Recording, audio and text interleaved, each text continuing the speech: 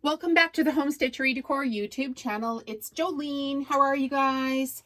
Hello, I'm here.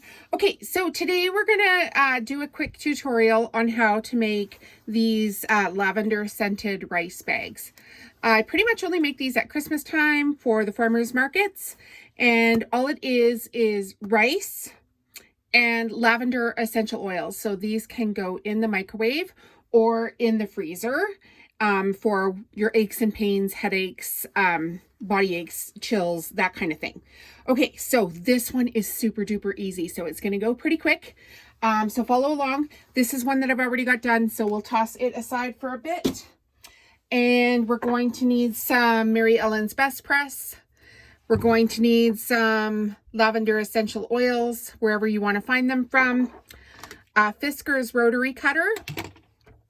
Some scissors. An ironing board. I've just got the little ironing board out here on the counter today because this project's going to go so fast. So fast. Okay, we've got some pins. We've got a stainless steel pot and a funnel and a spoon. And we've got some rice. And then we've got a rotary mat by Fisker's, an Omni Grid ruler, and some fabric. So what we need to do is make a square, and I want my rice bag to be 4 layers thick. So this project is so easy because you're just going to grab whatever quilting fabric you have, and it comes, you know, with the fabric, which is usually 42 or 44, and you're just going to fold it in half and then in half again. So we've got 1, 2, 3, 4 layers, and the front sides are together because you've just folded it in half twice. And so essentially what I'm going to do is just make a square. So I'm just going to cut this out. This is a 9.5 inch ruler, and it should be big enough for a rice bag. Sometimes I call these boo-boo bags, so I don't want them too big. You can make them in any shape or size that you want. Super duper easy. So just cut the side here. This is where a rotary cutter mat or a rotary mat comes in super handy. You just twist the mat and cut again.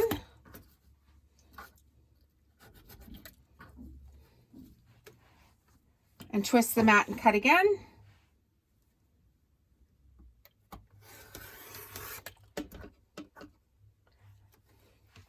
And one more time. Make sure that your fabric is 100% cotton and it doesn't have any metal flecks in the fabric design at all.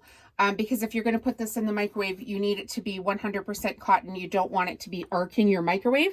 I cannot be held responsible for people putting things in their microwave. So do it on your own accord. Okay, so now we've got 4 pieces of fabric here. So we're just going to head on over to the sewing machine and I'm going to show you what's next. All right, we're here now at the sewing machine. And because I'm going to use mine in the microwave, I want to make sure that I'm using 100% cotton thread.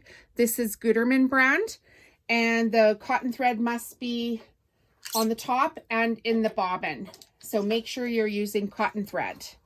So I'm just going to thread my machine here. If you guys hear weird noises outside today, that's TELUS is installing fiber optics in my neighborhood and they refuse to leave. So I'm just going to tape videos anyway. It's been about a month with them here pretty much nonstop with their hydrovac truck. So if you hear honking or beeping or anything, that's what it is. It's them outside. And we cannot stop moving forward, so we're just going to keep moving forward here. Okay, so now we've got our fabric, and we're just going to line it up so it's straight here again because I've wiggled it a little bit. And what we want to do is leave an opening that's about 1.5 inches to 2 inches here. So just line your thread up along the side. I use just the width of the presser foot here for distancing. And just a straight stitch, you're just going to go back and forth. It would help if I had it on the straight stitch, which I do now. Pretty funny. Okay, so now we'll just go back and forth all the way to the corner. I'm going to secure that corner with a couple extra stitches. And again, all the way around.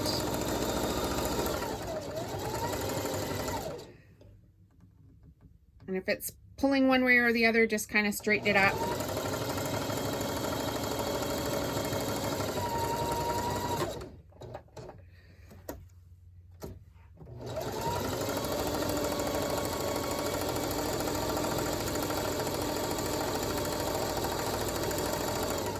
I told you guys this one's going to be super duper quick. I like to have the fabric with double layers just because, you know, the rice is going to get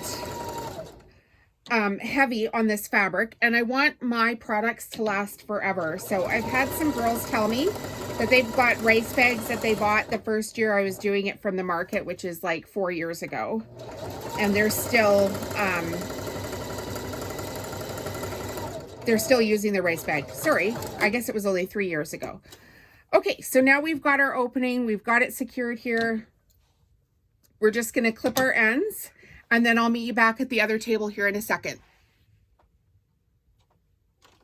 All right, we're back at the table here. So we're going to grab our opening here and just, like you're turning a sock, go to the furthest corner, pull your corner through the opening, and then turn this thing inside out.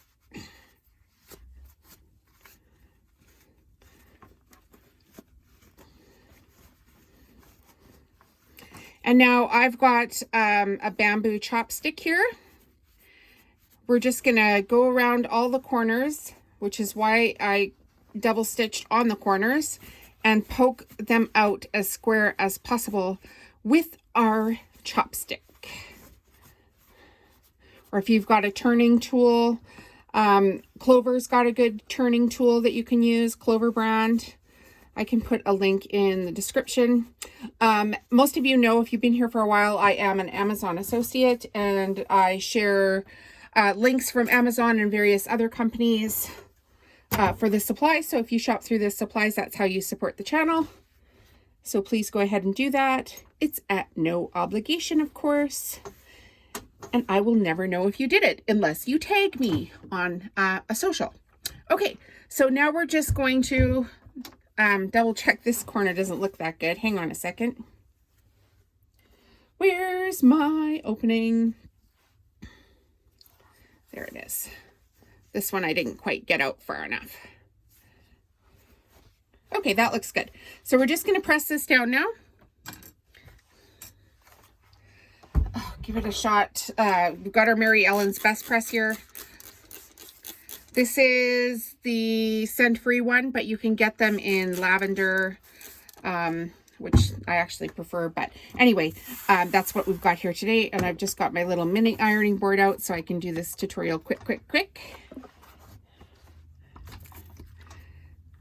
So just press down the edges so they're nice and firm.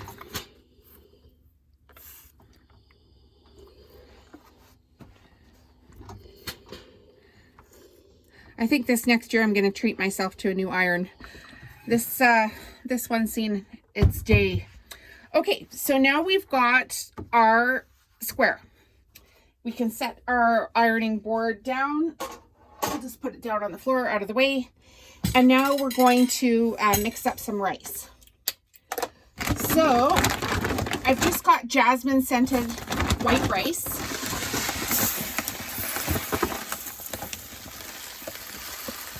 Pour some of that into your bucket here. I like stainless steel for this project, except for the funnel, which is basically just my craft funnel. I like stainless steel because once you put the oils in, you don't really want them in plastic buckets because they can stick. When you use stainless steel, of course, the oil doesn't really stick to the pan. You can easily wash it out. Okay, so we've got a whole bunch of drops of this lavender essential oil. We're going to stir it up. Now, this is where the funnel comes in. Find your opening. when you press this good, sometimes it's hard to find the opening. There's your opening. Here's our funnel. And we're just going to stick our funnel into the opening and fill up our bag.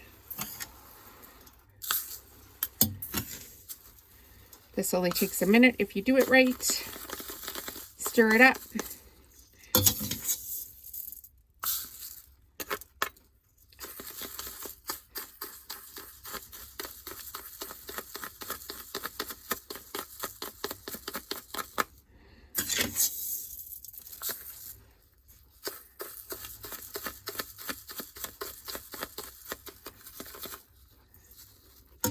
Shaky, shaky.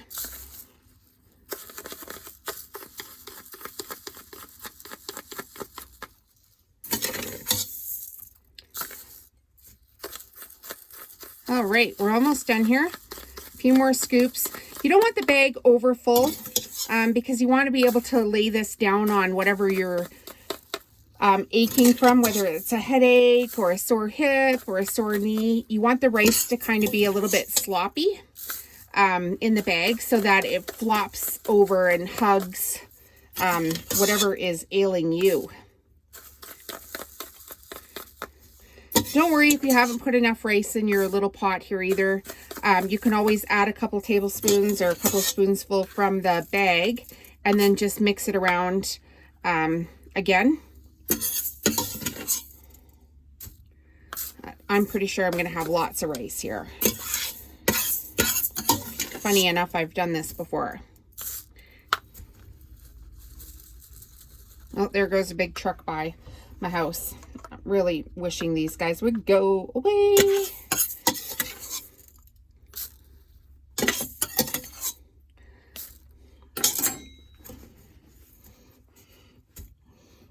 Yeah, I'm not quite happy with that. I want maybe just a tiny bit more rice.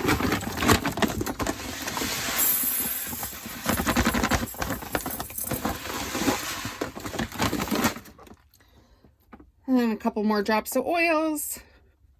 Here we go. Stir it around. And usually when I'm doing these, I do, 30 or 40 of them at a time, if you can believe that.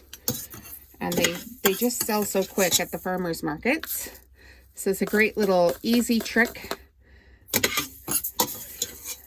I sell them for $15 each, which is Canadian money. Okay, this is looking really good now. Okay, so you want it about just over half full. That's how much you want in the bag, or how much I want in the bag. I guess do it whichever way you like. But if you're following the tutorial for lessons, that is what I am doing. Okay, so now we're going to pin this on the first 2 rows. So here's the opening row. So we want to make sure we pin this row first. So we're going to pin it closed. So just line up your pins and you're going to go along the side here.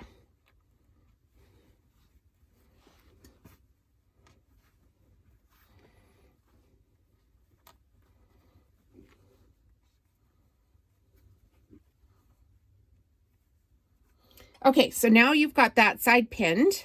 You want to flip it and you're going to pin along this side. Okay, last week I did the Millerville Farmers Market, which is a huge market here just outside of Calgary, Alberta, Canada. The Millerville racetrack has been an Ag Society and racetrack for over 120 years, I believe. So it's quite a staple in the community, and a lot of local artisans come and share their wares. So I treated myself last week. So this is our halftime snack time report, and this mug is by MJM Pottery. I will put a link to her Facebook page in it, and I've got some Baileys and coffee here. So anyway, a fantastic local artisan from the Crow's Nest Pass, which is in southern Alberta, Canada. So anyway, there, cheers, dears. That's my halftime snack time report for today. Okay, so we're going to take this over to the machine now, and I'm going to show you how to stitch this up. Back at the machine, and here we go. We've got the opening here on this section right to go first, and you're just gonna lift up your presser foot and start about maybe half an inch from the corner. Put your presser foot down, and you've just got a straight stitch, and remember we're using cotton thread, so you're just going to start it and go back, and you're going to come all the way to the corner. And this is a great reason too why to not have the bag too full, otherwise it doesn't fit up underneath here. And when we turn this, you're going to maybe see what I mean when we repin it here, of how tight this can get. So just almost to the corner, half inch away, and then we're going to pivot, do a back stitch on the corner just so it's secure, and come all the way down to the next end.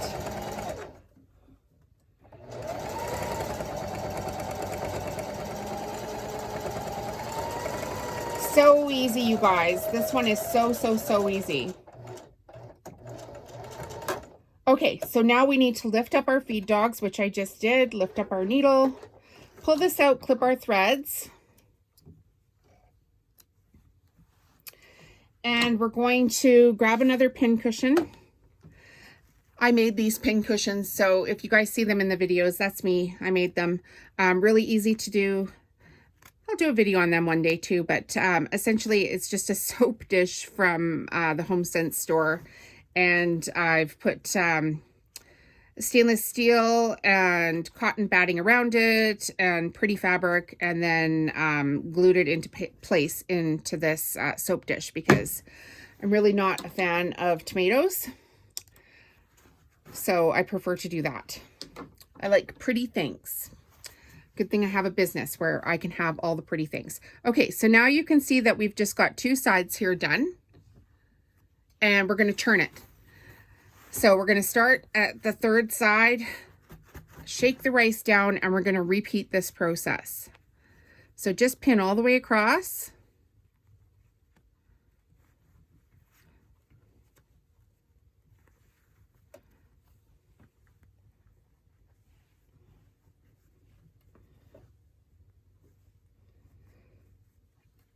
And then when we get to the corner here, this is where things start to tighten up, guys. So we're going to shake this down and we're going to pin again.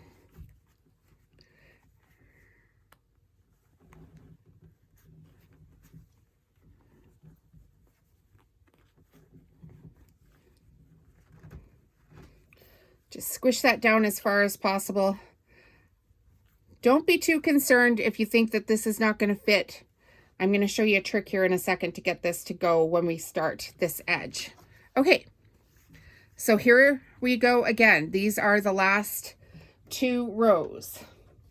So once again, put in a couple of stay stitches or back stitches when you're first starting out and line it up along the edge.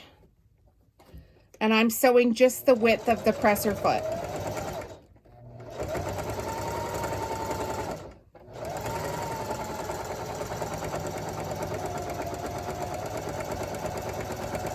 And then right to the corner, just stop half an inch shy of it.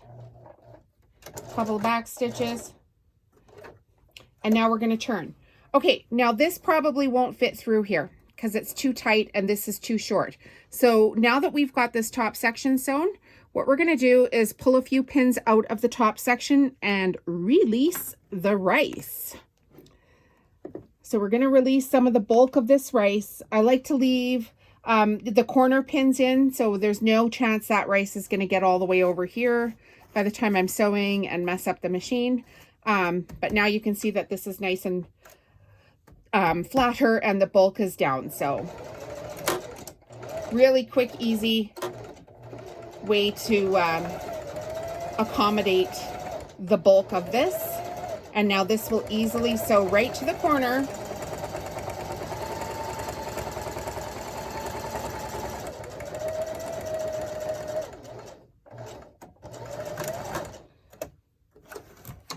Okay, and we're going to snip our threads on all the corners.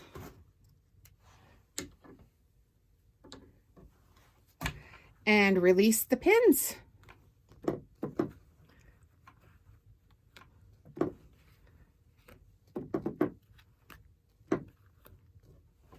There you go, guys. That's it. You're done. How fantastic was that? Super easy project. So, as mentioned, throw this in the freezer for a few hours if you've got a headache, or you can heat it up in the microwave if you've used all the proper materials. And don't, you know, come after me if you didn't and then you wreck your microwave or something. Have a great day, you guys. We'll chat with you later.